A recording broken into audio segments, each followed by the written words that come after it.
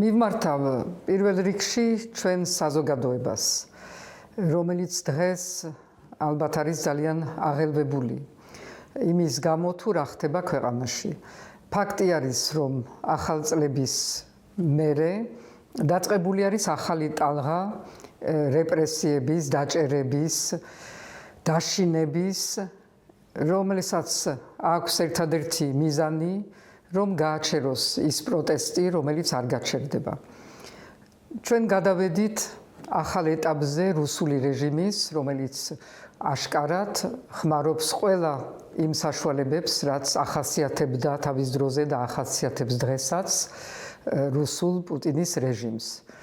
ამისი ერთი მაგალითი არის ის, რაც მოხდა აბუ-დაბიში, ჩვეულებრივი მოქალაქეს მიმართ, დეპუტატების მიმართ, რომელსაც სხვა თუ არაფერი გააჩნიათ თურმე და უნდა გააჩნდეთ მოთმინების ვალდებულება, მაგრამ არ ჩანს არსადეს მოთმინება. პირიქით, როგორც ჩანს, დეპუტატები არიან პირდაპირ, არ ვიცი ინსტრუქცია აქვთ მიღებული ამისთვის, თუ ეს მათი ნებით ხდება, მაგრამ არიან გამოყენებული ამ ძალადობაში პირდაპირ, რაც არის ესეც სრულიად გაუგებარი ჩვეულებრივ ქვეყნისთვის, სახელმწიფოსთვის და მხოლოდ იმ ავტორიტარულ, დიქტატორულ, ტოტალიტარულ რეჟიმებს ახასიათებს.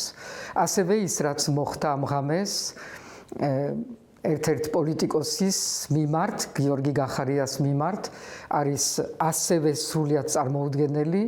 მე არ მინდა გამოვარჩიო პოლიტიკოსები და სხვები, ყველა მოქალაქეს ეხება ესა, არავის მიმართ ძალადობა არ შეიძლება, არავის მიმართ ასეთი ცელობა იმისი, რომ საზოგადოება დააშინო და მოქალაქეები, კერძო მოქალაქეები ასევე დააშინო, ეს არის მიუღებელი. ამის შესახებ საერთოდ ჩვენი პარტნიორები და საერთაშორისო თანადგომაც იქნება შეტყობინებული, იმიტომ რომ ეს არ შეიძლება რომ ჩვენ დავუშვათ და მე მიმაჩნია რომ დღეს სწორედ ისე დაიმთხვა რომ დღეს არის საზოგადოების დიდი ნაწილის გაფიცვა და სწორედ ეს გაფიცვა უნდა იყოს იმის მაჩვენებელი, რომ საზოგადოება არ დაშინდება, რომ საზოგადოება არის შემართებული, იცის რა უნდა და იცის რა არ უნდა.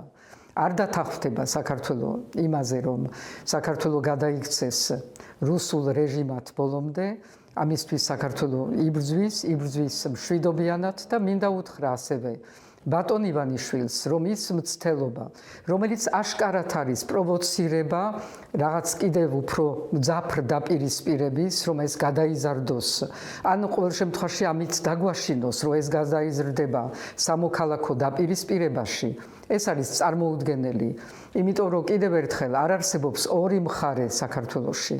არსებობს საზოგადოება და არსებობს ისინი, ვინც არიან ძალადობის მატარებლები, იქნებიან ესენი დეპუტატები, თუ ის კერძო ადამიანები, რომლებიც თავის თავს ნებას აძლევენ სოციალურ ქსელში, რომ გააჟღერონ ის ძალადობის გზავნილები, ესენიც არიან მონაწილე იმ ძალადობრივი რეჟიმის.